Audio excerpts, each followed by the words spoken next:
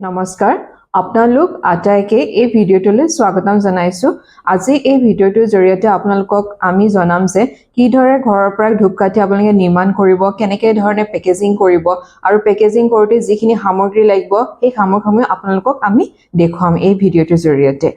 আৰু লগতে এই পেকেজিং কৰাৰ পিছত আপোনালোকে কি ধৰণে সেল কৰিব সেই সেল কৰা প্ৰক্ৰিয়াখিনি আমি আপোনালোকৰ লগত আলোচনা কৰিম আপোনালোকে ধূপকাঠি প্ৰস্তুত কৰিব হলে আপোনালোকে প্ৰথমে 6টা সামগ্ৰী প্ৰয়োজন হ'ব এই 6টা সামগ্ৰী হৈছে ধৰি লওক আপোনাৰ এটো যেটো ৰ ষ্টিক বুলি কোৱা হয় ধূপকাঠি নেক্সট হৈছে আপোনাৰ পাৰফিউম লাগিব ডিপি অইল লাগিব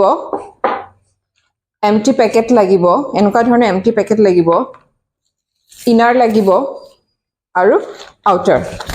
এই 6 ধৰণৰ সামগ্ৰী আপোনাক দৰকাৰ হ'ব প্ৰস্তুত কৰিব হলে আমি চাওক আহক কেনেকৈ ধৰণে আপুনি ডিপিং কৰিব মানে ধৰি লওক আপুনি কাঠিখিনি কি ধৰণে পাৰফিউমিং কৰিব পাৰফিউম কৰোতে আমি এটা কথা চাব লাগিব প্ৰথমে আপুনি পাৰফিউম আৰু ডিপি অইল মিক্স কৰিব লাগিব আৰু মিক্স কৰি পিনি ইয়াক 48 ঘণ্টা ৰাখিব লাগিব ধৰক এনেকুৱা এটা ডিব্বা ল'ব য'ত ইয়াত পাৰফিউম থাকে আৰু ডিপি অইল এই দুটা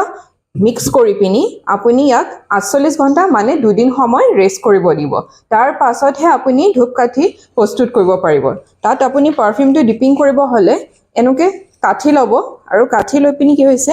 যেটো আমাৰ পাৰফিউম আৰু ডিপি অইলৰ মিক্সাৰ আছে ন সেইখিনিত আপুনি এনেকে ভৰাই দিব আৰু দিয়াৰ পিছত আপুনি অলপ সময় ৰাখি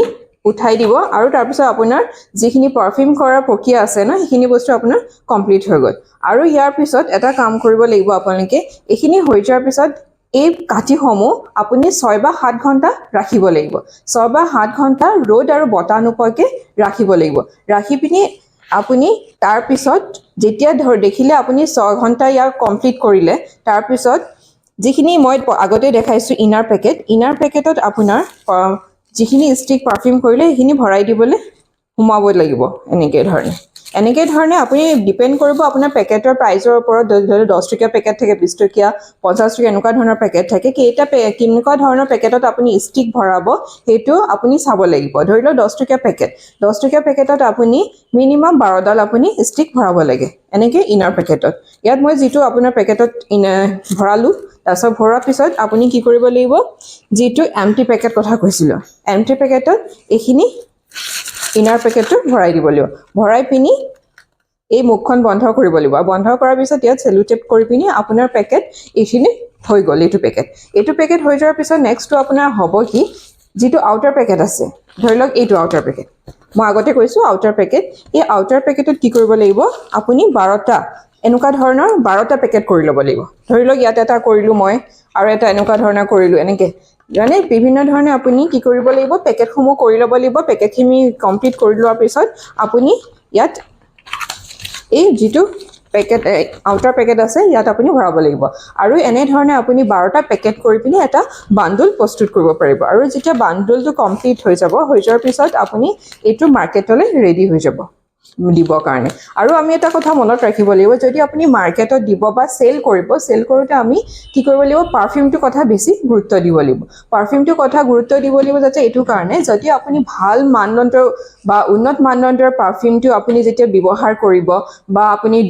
দিব তেতিয়া আপুনি কি কৰিব মাৰ্কেটখনৰ ৰেসপন্সটো ভাল পাব মাৰ্কেটে আপোনাৰ ল'ব কিয়কি আমি ধূপৰ প্ৰথমে আমি গোন্ধটো ওপৰত ডিপেন্ড কৰে গোন্ধ যেতিয়া আমি বেছি ভাল পাওঁ বা ভাল পাৰফিউম ইউজ কৰে সেই পাৰফিউমটোহে আমি ধূপটো ল'বলৈ বেছি কাস্টমাৰ আগ্ৰহী হয় সেইকাৰণে কি কৰিব লাগিব ধূপৰ কাৰণে পাৰফিউমটোৱে মেইন হয় আৰু সেই পাৰফিউমৰ আমাৰ ওচৰতো বিভিন্ন ধৰণৰ পাৰফিউম থাকে এই পাৰফিউমটো আপুনি কোৱালিটিটো মেইনটেইন কৰি আপুনি বজাৰত দিব পাৰিব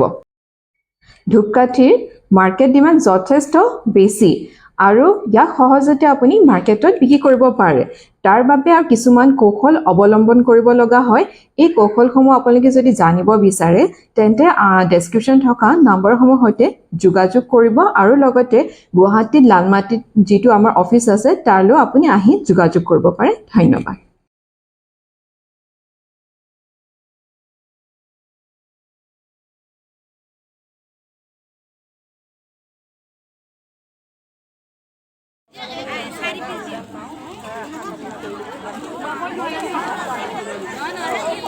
No,